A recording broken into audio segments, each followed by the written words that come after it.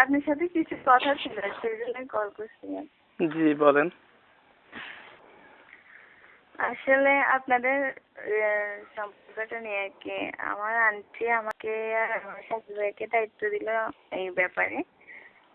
জি। তো আমরা আপনাদেরকে একটু সুযোগ দিতে চাই। আমি আর ভাইয়া মিলে ডিসিশন নিয়েছি, আপনাদের দেখি এটা করে দেখি, যদি পারেন তো পারলেন, না পারলে আপনাদের ব্যর্থতা। যেটা আন্টিরা জানে না কেউ। আন্টির ফ্যামিলিটা ম্যানেজ করার দায়িত্ব আমার আর ভাইয়ার। আপনাকে বলতেছি যে আপনি যদি আপনার ফ্যামিলি থেকে প্রপোজ নিতে পারেন, জি। যদি আপনি আপনার ফ্যামিলিকেও বলে আন্টিদের কাছে প্রপোজ পাঠাতে পারেন, জি।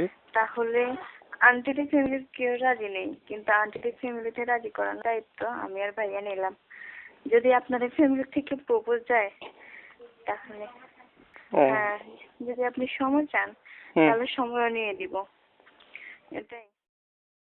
ও কিছুতেই অন্য জায়গায় যাওয়ার জন্য রাজি নেই। ওর পরিস্থিতি দেখে কিন্তু আমি আর ভাইয়া এটা বলতেছি, আমরা দুজন যে এটা বলতেছি, এটার জন্য কিন্তু আমি আর ভাইয়া আবার দোষীও হয়ে যাব।